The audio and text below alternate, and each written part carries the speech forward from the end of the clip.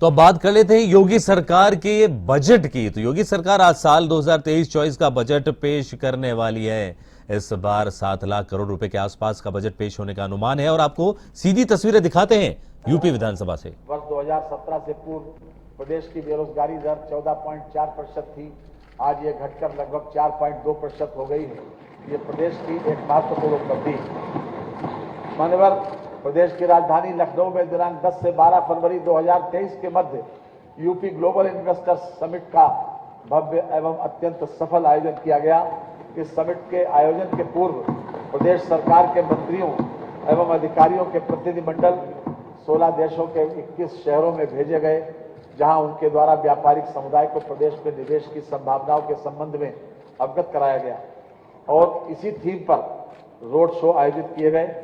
इन देशों में America, Canada, UK, Germany, Belgium, Sweden, Netherlands, France, Mexico, Brazil, Argentina, Japan, दक्षिण Korea, संयुक्त अरब अमीरात, सिंगापुर व ऑस्ट्रेलिया शामिल हैं।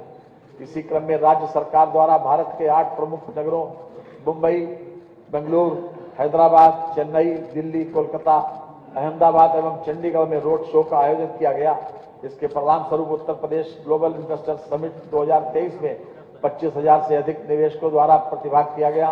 मुझे ये बताते हुए हर्ष है कि इस समिट में लगभग 33.50 लाख करोड़ रुपए के 19,000 से अधिक समझौता ज्ञापनों पर हस्ताक्षर किए गए।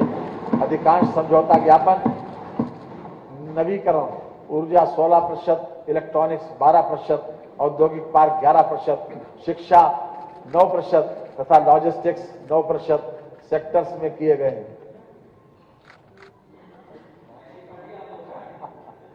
सुधर गई कानून व्यवस्था, उद्योगों की अलग जगी।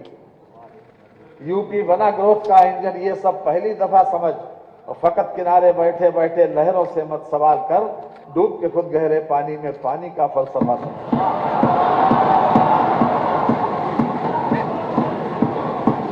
मान्यवर, ये हमारे लिए अत्यंत गौरव का विषय है कि दिनांक 1 दिसंबर 2022 से 30 नवंबर 2023 के मध्य विश्व के सबसे शक्तिशाली 20 देशों के समूह G20 के सम्मेलन की मेजबानी का गौरव भारत सरकार को प्राप्त हुआ है। इस सम्मेलन के अंतर्गत भारत सरकार की अध्यक्षता में 200 से अधिक बैठकें होंगी, जिसमें उत्तर प्रदेश के 4 शहरों लखनऊ, आगरा, वाराणसी एवं ग्रेटर नोएडा में 11 बैठकों का आयोजन किया जाएगा।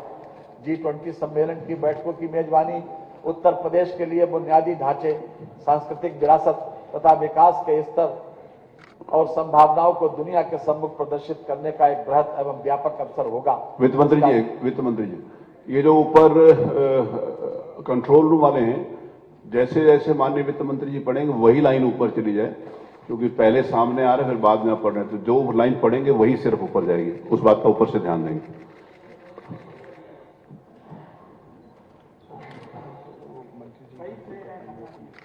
ठीक है, वो जैसे भी आप कंट्रोल करेंगे उसके बाद। मैं क्षमा चाहता हूं, लेकिन मुझे ऐसा लग रहा था, मैंने निवेदन किया, बस विनम्र।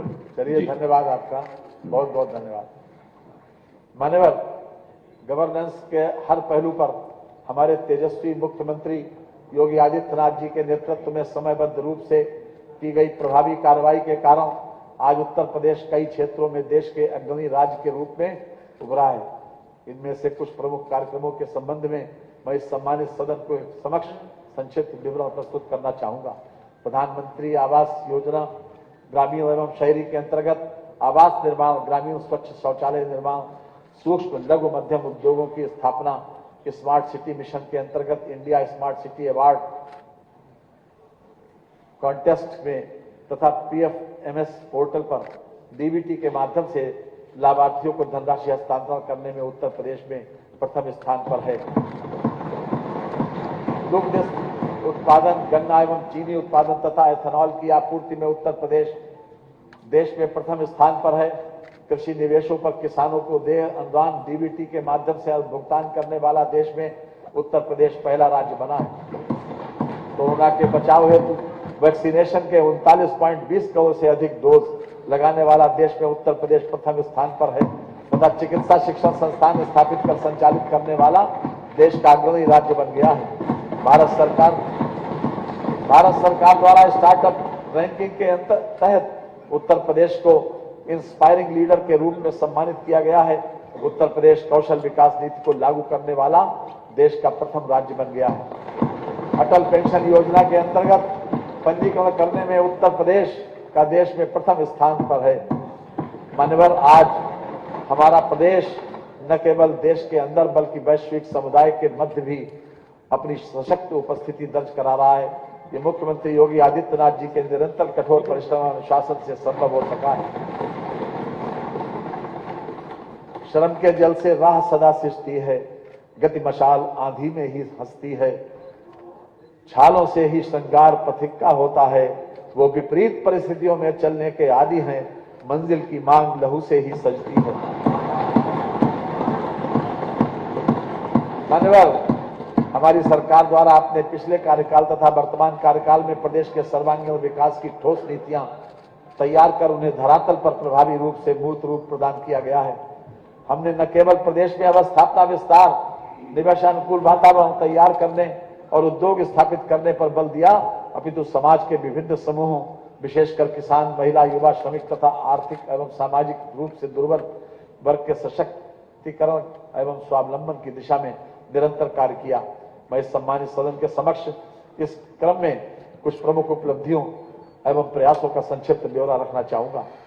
किसान, हमारी सरकार द्वारा प्रदेश के लगभग 46,22,000 गन्ना किसानों को वर्ष 2017 से अब तक 1,96,000 करोड़ रुपए से अधिक का रिकॉर्ड गन्ना भुगतान पाया गया, जो वर्ष 12 से 17 तक की अवधि में किए गए कुल गन्ना मूल्य भुगतान 95,125 करोड़ रुपए, 4,728 करोड़ रुपए अधिक है।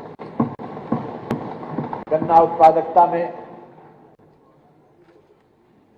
1,08,75 टन प्रति हेक्टेयर की वृद्धि से किसानों की आय में औसतन 349 रुपए प्रति कुंटल की दर से 34,656 रुपए प्रति हेक्टेयर की वृद्धि हुई है। इसके अतिरिक्त गन्ने के साथ अंतः फंसी खेती से कृषकों को लगभग 25% की अतिरिक्त आय हुई। रबी विपणन वर्ष 2022-23 में 2,015 रुपए प्रति कुंटल गेहूं का न्यूनतम समर्थन मूल्य निर्धारित था। विपणन वर्ष के दौरान 87,991 किसानों से 3.36 लाख मीट्रिक टन गेहूं का क्रय किया गया, जिसके सापेक्ष किसानों के खातों में PFMS पोर्टल के माध्यम से 675 करोड़ रुपए का भुगतान किया जा चुका है। खरीफ विपणन वर्ष 2022-23 के अंतर्गत भारत सरकार द्वारा कॉमन श्रेणी हेतु रुपए 2,040 तथा ग्रेड ए हेतु रुपए 2,060 प्रति कुंटल मूल्य निर्धारित किया गया है। अद्यतन 62.66 लाख मीट्रिक टन धान क्रय किया गया, जिसके सापेक्ष सीधे किसानों के खातों में PFMS पोर्टल के माध्यम से 10.30 लाख किसानों के बैंक खातों में 12,000 करोड़ रुपए का भुगतान किया है। प्रधानमंत्री किसान सम्मान निधि योजना के अंतर्गत वर्ष 2022-23 में अब तक 51,639.68 करोड़ रुपए से अधिक धनराशि DBT के माध्यम से किसानों के बैंक खातों में सीधे हस्तांतरित की गई। किसानों के निजी नलकूपों के क्षतिग्रस्त परिवर्तकों को निर्धारित समय पर बदला जा रहा है। प्रदेश के डाक जोन में किसानों को निजी नलकूप कनेक्शन देने पर लगे हुए प्रतिबंध को हटाने से 1 लाख किसान लाभान्वित हुए हैं। महिला एवं बाल विकास, बालिकाओं के प्रति आमजन की सकारात्मक सोच विकसित करने हेतु संचालित मुख्यमंत्री कन्या सुमंगला योजना के अंतर्गत प्रति लाभार्थी को 15,000 तक की धनराशि से लाभान्वित किया जा रहा है। वित्तीय वर्ष 2023-24 हेतु 250 करोड़ रुपए की व्यवस्था प्रस्तावित है। सभी वर्गों की पुत्रियों की शादी हेतु संचालित मुख्यमंत्री सामूहिक विवाह योजना हेतु 600 करोड़ रुपए की व्यवस्था प्रस्तावित है। अन्य पिछड़ा वर्ग के निर्धन व्यक्तियों की पुत्रियों की शादी अनुदान योजना हेतु 150 करोड़ रुपए की व्यवस्था प्रस्तावित है। ग्रामीण महिलाओं को स्वावलंबी बनाने के लिए महिला सामर्थ्य योजना के अंतर्गत महिला स्वयं सहायता समूह के माध्यम से गठन किया जाता है। योजना हेतु वित्तीय वर्ष 2023-24 के बजट में 63 करोड़ रुपए की व्यवस्था प्रस्तावित है। निराश्रित विधवाओं के भरण पोषण अनुदान योजना अंतर्गत वर्तमान में 32,62,000 निराश्रित महिलाओं को पेंशन दी जा रही है। इस हेतु 2024 के बजट में 4032 करोड़ रुपए की बजट व्यवस्था प्रस्तावित है। प्रधानमंत्री सुरक्षित मातृत्व अभियान के तहत गर्भवती महिलाओं एवं धात्री माताओं को लाभान्वित किया जा रहा है। प्रदेश में जननी सुरक्षा योजना, जननी शिशु सुरक्षा कार्यक्रम, बाल स्वास्थ्य कार्यक्रम आदि संचालित हैं। प्रदेश में नियमित टीकाकरण के अंतर्गत अक्टूबर 2022 तक 95% बच्चों को टीका लगाया गया। मिशन इंद्रधनुष के अंतर्गत 36,82,000 से अधिक बच्चों एवं 10,31,000 से अधिक गर्भवती माता का टीकाकरण किया गया है। प्रदेश में कानून एवं शांति व्यवस्था को दृष्टिगत रखते हुए महिलाओं की अधिक से अधिक भागीदारी सुनिश्चित करने हेतु 3 महिला पीएससी बटालियन का गठन किया जा रहा है। युवा स्वामी विवेकानंद युवा सशक्तिकरण योजना के पात्र छात्र छात्राओं को टैबलेट / स्मार्टफोन देने हेतु वित्तीय वर्ष 2023-24 के बजट में 3600 करोड़ रुपए की व्यवस्था प्रस्तावित है। उत्तर प्रदेश स्टार्टअप नीति 2020 के अंतर्गत कृषि, चिकित्सा एवं स्वास्थ्य, ऊर्जा, खादी, शिक्षा, पर्यटन, परिवहन आदि क्षेत्रों में स्टार्टअप को बढ़ावा दिया जा रहा है। प्रदेश में 50 इंक्यूबेटर तथा 7200 स्टार्टअप्स कार्यरत हैं। नीति के अंतर्गत पीजीआई लखनऊ, आईआईटी कानपुर तथा नोएडा परिसर में आर्टिफिशियल इंटेलिजेंस के क्षेत्र में परिचालन प्रारंभ किया जा चुका है। इंक्यूबेटर्स को बढ़ावा देने तथा स्टार्टअप के लिए सीड फंड हेतु 100 करोड़ रुपए की व्यवस्था की गई। उत्तर प्रदेश सूचना और प्रौद्योगिकी एवं स्टार्टअप देश में प्रथम स्थान पर रहा है। राष्ट्रीय खाद्य सुरक्षा अधिनियम के तहत प्रधानमंत्री गरीब कल्याण अन्न योजना के फेज 3, 4 एवं फेज 5 में 81.25 लाख मीट्रिक टन खाद्यान्न निःशुल्क वितरित किया गया। श्रमिक कल्याण प्रदेश में अब 1.53 करोड़ से अधिक निर्माण श्रमिकों तथा 3,14,611 निर्माण स्थलों का पंजीकरण कराया जा चुका है। कामगार मृत्यु एवं दिव्यांगता सहायता योजना के तहत कार्यस्थल पर श्रमिक की मृत्यु की दशा में 5 लाख रुपए, स्थायी दिव्यांगता पर 4 लाख रुपए एवं आंशिक दिव्यांगता पर 3 लाख रुपए की सहायता प्रदान किए जाने का प्रावधान है। श्रमिकों के बच्चों को निःशुल्क गुणवत्तापूर्ण शिक्षा देने हेतु प्रदेश के प्रत्येक मंडल में एक आवासीय विद्यालय की स्थापना की गई है। प्रधानमंत्री श्रम योगी मानधन योजना के अंतर्गत अब तक 6,65,977 लाभार्थियों का पंजीकरण किया जा चुका है। प्रदेश में 5,021 रोजगार मेलों का आयोजन कराया गया, जिनके माध्यम से 7,29,000 से अधिक अभ्यर्थियों को रोजगार उपलब्ध कराया गया। प्रदेश के सर्वाधिक बाल श्रम से प्रभावित जिलों के हॉट स्पॉट को चिन्हित करते हुए 490 ग्राम पंचायतों और शहरी वार्डों को बाल श्रम मुक्त घोषित करने या सवेरा योजना का संचालन किया गया, जिनमें 30,287 बच्चों को शिक्षा की मुख्य धारा से जोड़ा गया। असंगठित क्षेत्र के कर्मकारों हेतु संचालित मुख्यमंत्री जन आरोग्य योजना हेतु 100 करोड़ रुपए की व्यवस्था प्रस्तावित है। असंगठित क्षेत्र के कर्मकारों हेतु संचालित मुख्यमंत्री दुर्घटना बीमा योजना के लिए 12 करोड़ रुपए की व्यवस्था प्रस्तावित है। बाल श्रमिक विद्या योजना के तहत 2000 बच्चों को योजना से आच्छादित कर लाभ दिया जा रहा है। अवस्थापना प्रधानमंत्री आवास योजना शहरी के तहत मार्च 2017 से अद्यतन 17.62 लाख आवासों की स्वीकृति प्रदान की गई है। पूर्वांचल एक्सप्रेस वे पर यातायात संचालित है। एक्सप्रेस वे के पास आसपास औद्योगिक क्लस्टर स्थापित करने की कार्रवाई प्रक्रियाधीन है। बुंदेलखंड एक्सप्रेस वे का निर्माण कार्य पूर्ण हो चुका है। एक्सप्रेस वे के आसपास औद्योगिक क्लस्टर स्थापित करने की कार्रवाई प्रक्रियाधीन है। Gorakhpur Purvanchal link express way परियोजना का निर्माण प्रगति पर है तथा दिसंबर 2022 तक 56% कार्य पूर्ण हो चुका है।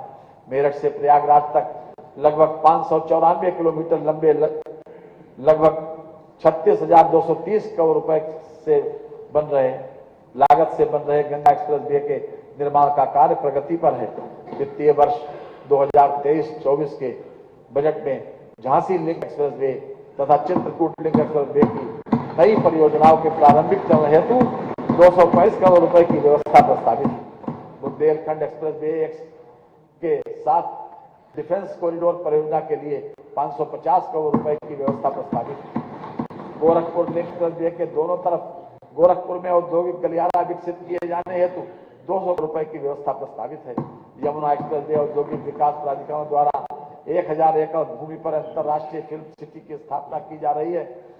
फिल्म सिटी से लगभग 10,000 करोड़ रुपए से अधिक के निवेश की संभावना के साथ साथ रोजगार एवं वाणिज्यिक गतिविधियों में वृद्धि होगी। वर्तमान सरकार के अब तक के कार्यकाल में लगभग 21,696 किलोमीटर लंबाई में ग्रामीण मार्गों का निर्माण किया जा चुका है तथा लगभग 18,407 किलोमीटर लंबाई में मार्गों का चौड़ीकरण सुदृढ़ीकरण किया जा चुका है।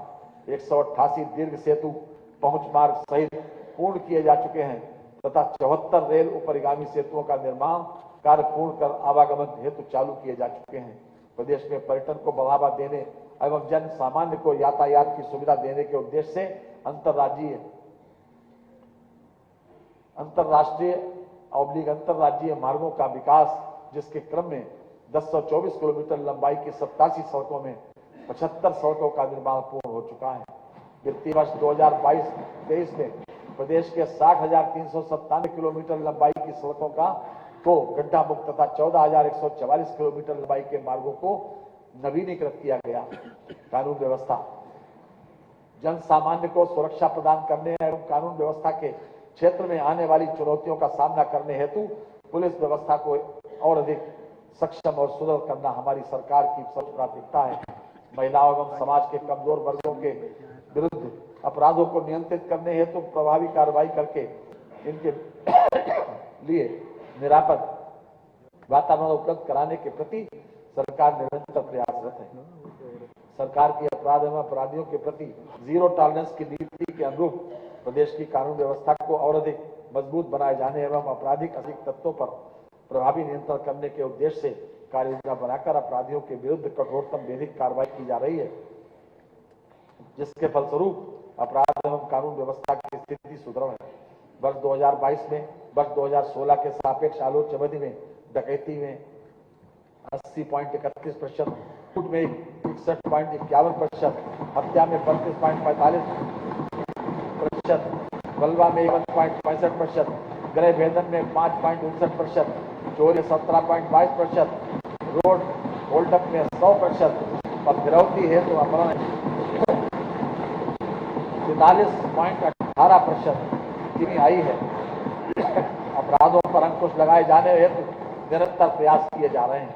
उस अवधि में महिलाओं के विरुद्ध घटित अपराधों में दहेज मृत्यु में 15.3%, बलात्कार में 21.75%, अपहरण में 9.17% कमी आई है। महिलाओं के विरुद्ध घटित होने वाले अपराधों पर पुलिस हेतु निरंतर प्रयास किए जा रहे हैं। प्रदेश में एंटी भू माफिया पोर्टल अवैध कब्जे से संबंधित 3,41,236 शिकायतें प्राप्त हुई हैं, जिसमें से 3,39,552 शिकायतें निस्तारित की गई। अभियान के अंतर्गत 70,000 हेक्टेयर से अधिक क्षेत्रफल और अवैध अतिक्रमण से अवमुक्त कराया गया है। 23,920 राजस्व वाद, 923 सिविल वाद एवं 4504 FIR दर्ज कराई गई हैं। 847 अतिक्रमणकर्ताओं को भू माफिया के रूप में चिन्हित किया गया। वर्तमान में 196 भू माफिया जेल में निरुद्ध। साइबर क्राइम की रोकथाम हेतु प्रदेश के प्रत्येक परिक्षेत्र में साइबर क्राइम पुलिस थाना की स्थापना की गई है। प्रदेश के समस्त थानों में 1531 साइबर हेल्प डेस्क की स्थापना की गई है। परिक्षेत्रीय मुख्यालयों पर बेसिक साइबर फोरेंसिक लैब एवं पुलिस मुख्यालय पर advanced digital cyber forensic lab की स्थापना कराई जा रही है। कर्तव्य पालन के दौरान शहीद और मृत पुलिस कर्मियों एवं उत्तर प्रदेश राज्य के मूल निवासी केंद्रीय अर्धसैनिक बलों, अन्य प्रदेशों के अर्धसैन्य बलों अथवा भारतीय सेना में कार्यरत हुए 73 शहीद मृत कर्मियों के आश्रितों को 17 करोड़ 96 लाख रुपए की आर्थिक सहायता प्रदान की गई। पुलिस विभाग के अधिकारियों एवं कर्मचारियों के लिए आवासीय सुविधा उपलब्ध कराए जाने हेतु वित्तीय वर्ष 2023-24 में 1,000 करोड़ रुपए की बजट व्यवस्था प्रस्तावित। नवसृजित पुलिस कमिश्नरेट के कार्यालय एवं अनावासीय भवनों आदि की व्यवस्था हेतु 850 करोड़ रुपए की व्यवस्था प्रस्तावित। प्रदेश में पुलिस विभाग के अधिकारियों कर्मचारियों को आवासीय सुविधा शहरी क्षेत्र उपलब्ध कराए जाने हेतु 400 करोड़ रुपए की व्यवस्था प्रस्तावित। SDRF के सुदृढ़ हेतु नए वाहनों के क्रय के लिए 10 करोड़ रुपए की व्यवस्था प्रस्तावित। मान्यवर, कोविड-19 वैश्विक महामारी के सामने विश्व के ताकतवर समझे जाने वाले देश असहाय हो गए थे। उस विषम परिस्थिति में माननीय प्रधानमंत्री जी के कुशल नेतृत्व में कर्मठ मुख्यमंत्री योगी आदित्यनाथ जी ने प्रदेश की जनता के सहयोग से प्रदेश को उस कठिन कालखंड से बाहर निकाला। कोविड कालखंड में जिन चुनौतियों का सामना करना पड़ा, उन्हें ध्यान में रखते हुए अत्यंत त्वरित गति से प्रदेश में स्वास्थ्य अवसंरचना का विस्तार किया गया और प्रवासी श्रमिकों के पुनर्वास की अद्भुत मिसाल प्रस्तुत की। मैं यहाँ कुछ पंक्तियां प्रस्तुत करना चाहता हूँ। मंजिले लाख कठिनाई गुजर जाऊंगा, हौसले हार के बैठूंगा तो मर जाऊंगा। लाख रोके ये अंधेरे मेरा रास्ता, लेकिन मैं जिधर जाऊंगा रोशनी ले जाऊंगा।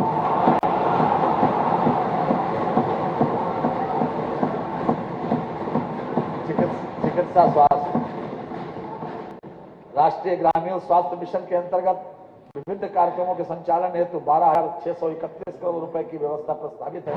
प्रधानमंत्री आत्मनिर्भर स्वस्थ भारत योजना हेतु 1655 करोड़ रुपए की व्यवस्था प्रस्तावित है। प्रधानमंत्री Ayushman Bharat health infrastructure mission योजना के अंतर्गत प्रदेश में ग्रामीण एवं शहरी क्षेत्र में health wellness centre, critical care unit, जनपदों में इंटीग्रेटेड पब्लिक हेल्थ लैब की स्थापना, national centre for disease control का सुदृढ़ीकरण, हेल्थ इंफ्रास्ट्रक्चर इंफॉर्मेशन के विस्तार के लिए पोर्टल की स्थापना तथा इमरजेंसी ऑपरेशन सेंटर एवं मोबाइल यूनिट हॉस्पिटल की स्थापना आदि कार्यों हेतु 1547 करोड़ रुपए की व्यवस्था प्रस्तावित।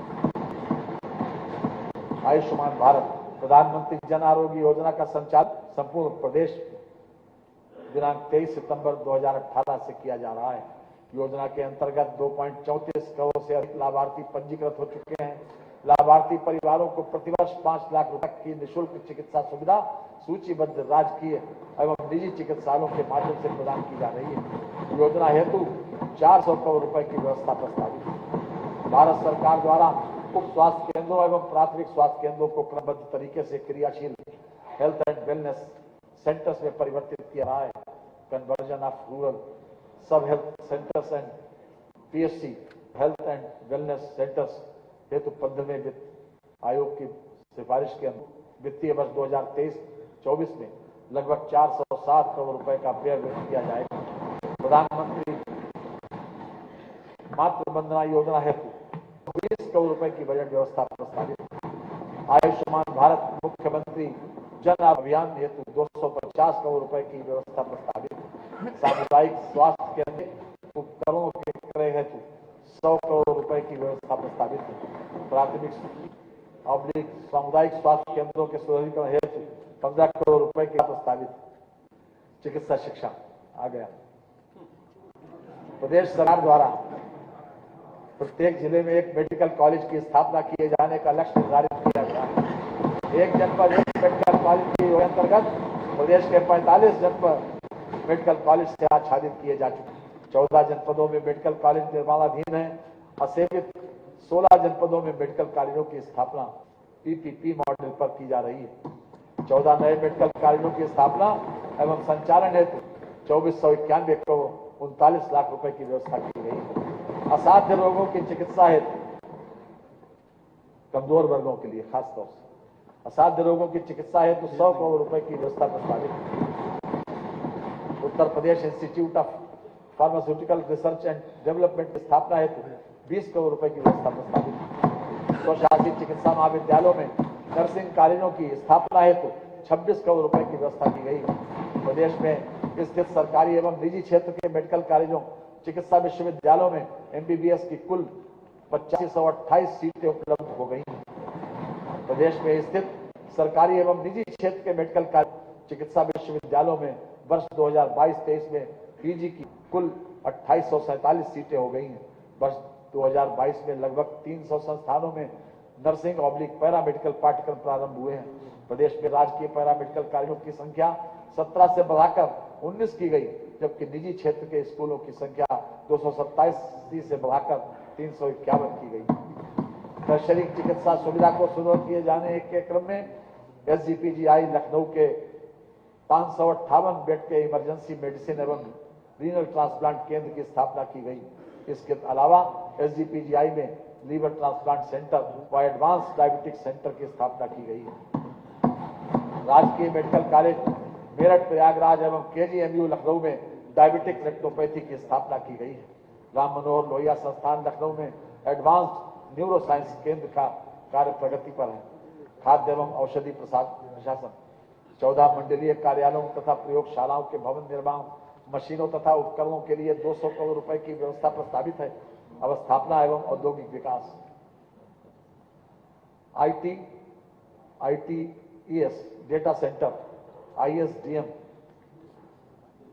डिफेंस एवं एरोस्पेस, इलेक्ट्रिक वाहन, वेयर हाउसिंग एवं लॉजिस्टिक्स, पर्यटन, टेक्सटाइल, MSME सहित विभिन्न क्षेत्रों में निवेश आकर्षित करने के लिए लगभग 25 नीतियां प्रख्यापित की गई हैं, जिनके माध्यम से प्रदेश में समेकित औद्योगिक विकास के लिए एक समग्र परिस्थिति की तंत्र बनाने में अनेक सुधारात्मक कदम उठाए गए हैं। प्रदेश में त्वरित परिवहन के दृष्टिगत कई एक्सप्रेसवेज का निर्माण किया जा रहा है। इसमें प्रदेश में द्रुत परिवहन के साथ साथ एक्सप्रेसवेज के दोनों तरफ औद्योगिक व्यावसायिक गतिविधियां तेज होंगी, जो प्रदेश के आर्थिक विकास में सहायक होंगी। 5 लाख रोजगार सृजन करने के उद्देश्य से प्रदेश में बनाए जा रहे एक्सप्रेसवेज के किनारे औद्योगिक गलियारों के सृजन का निर्णय लिया गया है। इससे स्थानीय युवाओं को कार्य मिलने के साथ साथ प्रदेश में औद्योगिक विकास का वातावरण बनेगा, जिससे भविष्य में और अधिक विकास के रास्ते खुलेंगे। पूर्वांचल एक्सप्रेसवे एवं बुंदेलखंड एक्सप्रेसवे के किनारे 6 स्थानों पर औद्योगिक निर्माण संकुल बनाने का निर्णय लिया गया है। इनमें से 4 संकुल पूर्वांचल एक्सप्रेसवे के किनारे तथा 2 संकुल बुंदेल एक्सप्रेसवे के किनारे बनाए जाने के प्रस्तावित है। प्रदेश सरकार द्वारा पहला इन्वेस्टर समिट फरवरी 2018 में आया गया, जिसमें प्राप्त निवेश प्रस्तावों के सापेक्ष लगभग 4 लाख करोड़ रुपए से अधिक का निवेश हो चुका है। भारत में व्यवसाय में सुगम की रैंकिंग में 12 स्थानों का उल्लेखनीय सुधार करते हुए उत्तर प्रदेश देश के द्वितीय स्थान पर आ गया है। सफलता के पश्चात राज्यों की अचीवर्स श्रेणी में सम्मिलित होना इसका स्पष्ट प्रमाण है। प्रदेश में फार्मा पार्कों की स्थापना एवं विकास हेतु 25 करोड़ रुपए की व्यवस्था प्रस्तावित है। सूक्ष्म लघु एवं मध्यम उद्यम तथा निर्यात प्रोत्साहन, प्रदेश त्वरित आर्थिक विकास व रोजगार तथा स्वरोजगार के अवसरों के सृजन में सूक्ष्म लघु एवं मध्यम उद्यम MSME की महती भूमिका है। सूक्ष्म लघु एवं मध्यम तथा निर्यात प्रोत्साहन विभाग द्वारा प्रदेश में अधिकाधिक MSME इकाइयों की स्थापना कराकर प्रदेश में पूंजी निवेश एवं रोजगार सृजन सुनिश्चित किया गया है। प्रदेश सरकार द्वारा घोषित नवीन MSME नीति 2022 में रोजगार सृजन में 15% वार्षिक वृद्धि प्रस्तावित है। इस नीति के अंतर्गत MSME इकाइयों को प्रथम बार 4 करोड़ रुपए तक की पूंजी उपादान उपलब्ध कराए जाने की व्यवस्था की गई है। उक्त नीति के अंतर्गत उद्यमियों को अधिक से अधिक लाभान्वित कराया जाएगा, जिससे प्रदेश में पूंजी निवेश के साथ ही अधिकाधिक रोजगार सृजन हो सकेगा।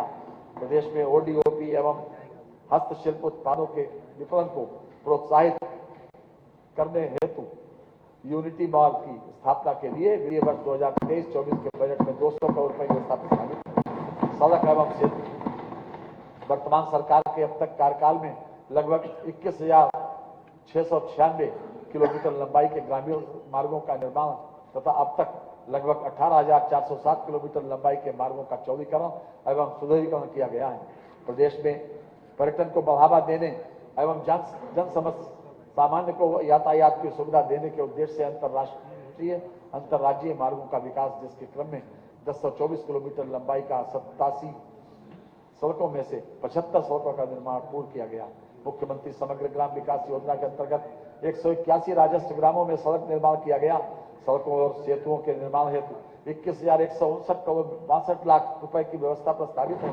सड़कों और सेतुओं के अनुरक्षण हेतु 6209 करोड़ 50 लाख रुपए की व्यवस्था प्रस्तावित है। कृषि विपणन सुविधाओं हेतु पुलों एवं सड़कों के कार्य के लिए 3473 करोड़ रुपए की व्यवस्था प्रस्तावित है। ग्रामीण क्षेत्रों की सड़कों हेतु 1525 करोड़ रुपए की व्यवस्था प्रस्तावित है। रेलवे उपरिगामी सेतुओं के निर्माण हेतु 1700 करोड़ रुपए एवं अन्य सेतुओं हेतु 1850 करोड़ रुपए की व्यवस्था प्रस्तावित है।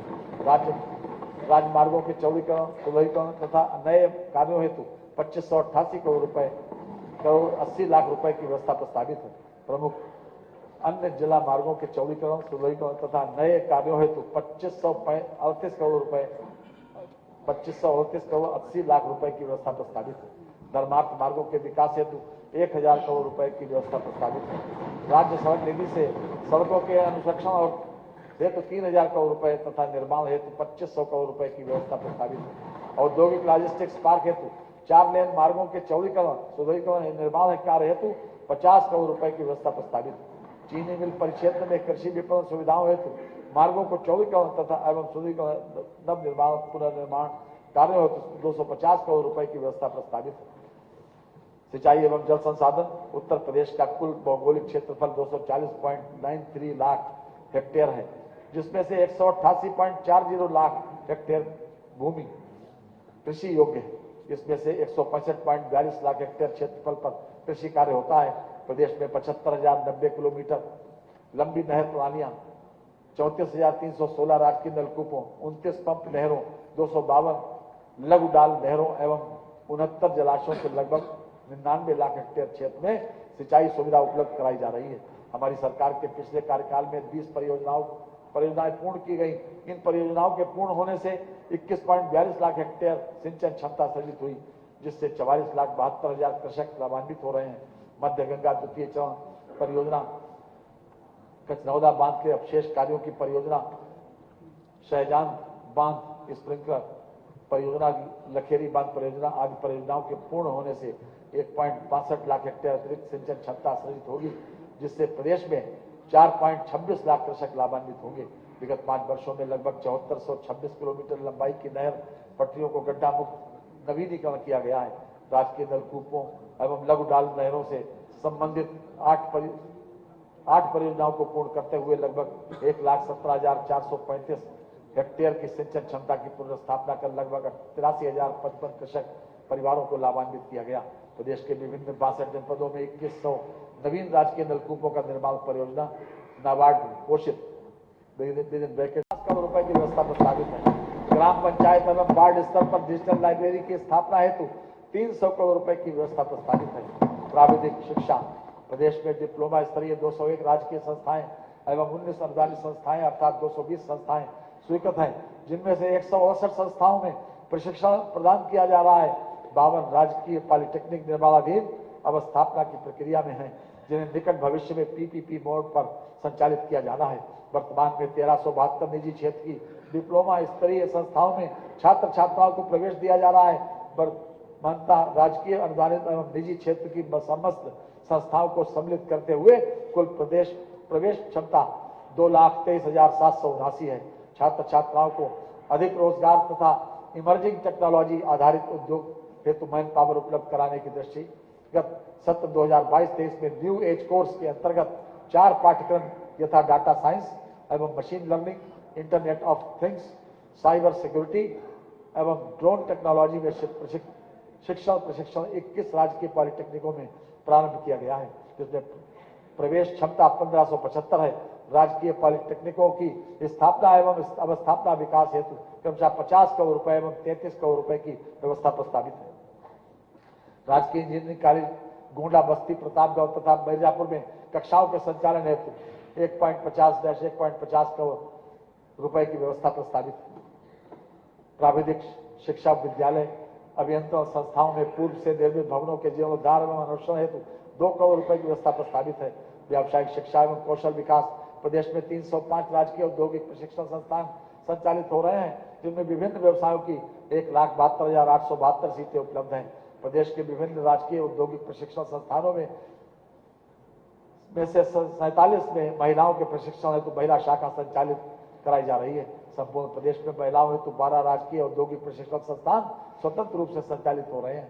संपूर्ण प्रदेश में 2963 से अधिक निजी औद्योगिक प्रशिक्षण संस्थान संचालित हो रहे हैं, जिनमें 4.58 लाख से अधिक सीटें युवाओं के प्रशिक्षण उपलब्ध हैं। टाटा टेक्नोलॉजीज लिमिटेड की सहभागिता से प्रदेश के राजकीय क्षेत्र के 150 औद्योगिक प्रशिक्षण संस्थानों के तकनीकी उन्नयन की योजना के अंतर्गत आधुनिक कार्यशालाओं एवं कक्षों का निर्माण कराया जा रहा है। परियोजना की लागत 5,000 करोड़ रुपए से अधिक है, जिसमें 88% अंश टाटा टेक्नोलॉजी लिमिटेड द्वारा तथा 12% अंश राज्य सरकार द्वारा लगाया जाएगा। इसके अतिरिक्त राज्य सरकार द्वारा परियोजना हेतु 10,000 वर्ग फीट क्षेत्रफल में कार्यशाला, प्रशिक्षण कक्ष इत्यादि के निर्माण के लिए 477 करोड़ रुपए का व्यय वहन किया जाएगा। वित्तीय वर्ष 2023-24 के बजट में परियोजना के लिए 940 करोड़ रुपए की व्यवस्था कराई गई है। परियोजना के फलस्वरूप प्रतिवर्ष लगभग 30,000 छात्र प्रशिक्षित होंगे। कौशल विकास मिशन के अंतर्गत प्रशिक्षण कार्यक्रम में 150 करोड़ रुपए की व्यवस्था प्रस्तावित है। मुख्यमंत्री शिक्षुता प्रशिक्षण योजना के हेतु 70 करोड़ रुपए की व्यवस्था प्रस्तावित है। केंद्र प्रायोजित स्ट्राइव योजना के अंतर्गत 29 औद्योगिक प्रशिक्षण संस्थानों का उच्चीकरण कराया जाएगा, जिसे 35 करोड़ रुपए की व्यवस्था प्रस्तावित है। खेलो इंडिया यूनिवर्सिटी गेम्स के लिए 30 करोड़ रुपए की व्यवस्था प्रस्तावित है। प्रदेश में निजी सहभागिता से खेल अवस्थापनाओं के निर्माण हेतु 50 करोड़ रुपए की व्यवस्था प्रस्तावित है। राष्ट्रीय एवं अंतर्राष्ट्रीय प्रतियोगिताओं के विजेता खिलाड़ियों को पुरस्कार योजना हेतु 15 करोड़ रुपए की व्यवस्था प्रस्तावित है। खेल विकास कोष की स्थापना हेतु 25 करोड़ रुपए की व्यवस्था प्रस्तावित है। जनपद मेरठ में मेजर ध्यानचंद खेल विश्वविद्यालय की स्थापना किए जाने के संबंध में त्वरित गति से कार्रवाई की जा रही है। खेल विश्वविद्यालय की स्थापना हेतु 300 करोड़ रुपए की व्यवस्था प्रस्तावित है। सहारनपुर, फतेहपुर एवं बलिया में स्पोर्ट्स कॉलेज के निर्माण हेतु 20 करोड़ 50 लाख रुपए की व्यवस्था प्रस्तावित है। मानवर, हमारी सरकार के पहले की सरकारों का रवैया प्रदेश की धार्मिक और सांस्कृतिक धरोहरों के प्रति घोर उपेक्षा का रहा। प्रदेश में एक ऐसा माहौल बना दिया गया था कि अपनी प्राचीन धार्मिक आस्था को प्रकट करना अपराध की श्रेणी में आ गया था। जब मुख्यमंत्री योगी आदित्यनाथ जी ने प्राचीन धार्मिक और सांस्कृतिक धरोहरों के पुनरुत्थान का अभियान प्रारंभ किया तो उनका विरोध भी किया गया। कर्मयोगी और पराक्रमी पुरुष विरोध और अवरोध को पराभूत कर अपना मार्ग बनाना जानते हैं। मैं पक्षी तूफानों में राह बनाता, मेरा राजनीति से केवल इतना नाता, तुम मुझे रोकते हो अवरोध बिछाकर, मैं उसे हटाकर आगे बढ़ता जाता हूं। संस्कृति एवं धर्मार्थ कार्य। काशी हिंदू विश्वविद्यालय परिसर में वैदिक विज्ञान केंद्र की स्थापना का कार्य किया गया। वर्तमान में वैदिक विज्ञान केंद्र में वैदिक गणित, वैदिक विज्ञान एवं वैदिक न्याय शास्त्र सहित शैक्षणिक एवं गैर शैक्षणिक गतिविधियां संचालित की जा रही हैं। जनपद अयोध्या में श्री राम जन्मभूमि मंदिर निर्माण के फलस्वरूप पर्यटकों की संख्या में संभावित वृद्धि के दृष्टिगत 3 पहुंच मार्गों का चौड़ीकरण एवं सौंदर्यीकरण का कार्य तथा 6 स्थानों पर पार्किंग तथा जन सुविधाओं के विकास का कार्य किया जा रहा है, जिन्हें आगामी 2 वर्षों में पूर्ण करने का लक्ष्य है। जनपद मिर्जापुर में प्रसिद्ध मां विंध्यवासिनी देवी मंदिर, मां अष्टभुजी देवी मंदिर एवं काली खो मंदिर का जीर्णोद्धार एवं सौंदर्यीकरण कराए जाने तथा त्रिकोणीय परिक्रमा पथ को विकसित किए जाने की कार्रवाई गतिमान है। जनपद अयोध्या एवं चित्रकूट की भांति जनपद प्रयागराज में भजन संध्या स्थल की स्थापना का प्रस्ताव है। भजन संध्या स्थल की स्थापना हो जाने से तीर्थ क्षेत्र प्रयागराज में श्रद्धालुओं की सुविधा प्राप्त होगी। इसके साथ सांस्कृतिक विकास का कार्य भी किया जा सकेगा। जनपद सीतापुर में प्रसिद्ध तपोस्थली नैमिषारण्य में वेद विज्ञान अध्ययन केंद्र की स्थापना किए जाने का प्रस्ताव है। वेद विज्ञान अध्ययन केंद्र की स्थापना से वेदों एवं पुराणों में संरक्षित ज्ञान को आम जन के बीच ले जाने हेतु अध्ययन कार्य किया जाएगा। पर्यटन। उत्तर प्रदेश के पर्यटन की अपार संभावनाएं हैं। प्रदेश में पर्यटन गतिविधियों से उत्तरोत्तर वृद्धि हो रही है। प्रदेश सरकार द्वारा पर्यटन विकास के लिए आधारभूत संरचनाओं में वृद्धि की गई है। इससे पर्यटन वृद्धि के राजस्व में वृद्धि होने के साथ साथ अप्रत्यक्ष रोजगार सृजन भी हो रहा है। उत्तर प्रदेश में वर्ष 2022 से 24 करोड़ 87 लाख से अधिक पर्यटक आए, जिनमें भारतीय पर्यटकों की संख्या 24 करोड़ 83 लाख एवं विदेशी पर्यटकों की संख्या 4,10,000 से अधिक रही है। स्पिरिचुअल सर्किट योजना के अंतर्गत गोरखपुर, देवी पाटन, डुमरियागंज का पर्यटन विकास स्पिरिचुअल सर्किट योजना के अंतर्गत जेवर, दादरी, सिकंदराबाद, नोएडा, खुर्जा, बांदा का समेकित पर्यटन विकास जनपद मथुरा स्थित गोवर्धन के पर्यटन विकास हेतु स्वीकृत योजनाओं का क्रियान्वयन किया जा रहा है। योजना अयोध्या, वाराणसी, चित्रकूट, विंध्याचल, प्रयागराज, नैमिषारण्य, गोरखपुर, मथुरा, बटेश्वर धाम एवं अन्य महत्वपूर्ण पर्यटन स्थलों का पर्यटन विकास एवं सौंदर्यीकरण के कार्य कराए जा रहे हैं। मुख्यमंत्री पर्यटन संवर्धन योजना के अंतर्गत प्रदेश में स्थित पर्यटन स्थलों का विकास 300 करोड़ रुपए की धनराशि से कराया जा रहा है। शक्तिपीठ मां शाकुंभरी देवी मंदिर के समेकित पर्यटन विकास हेतु वर्तमान वित्तीय वर्ष में 50 करोड़ रुपए की व्यवस्था प्रस्तावित है। प्रयागराज के समेकित विकास हेतु वर्तमान वित्तीय वर्ष में 40 करोड़ रुपए की व्यवस्था प्रस्तावित है। पर्यटन नीति 2018 के अंतर्गत पर्यटन इकाइयों को प्रोत्साहन हेतु 45 करोड़ रुपए की व्यवस्था प्रस्तावित है। बौद्ध परिपथ के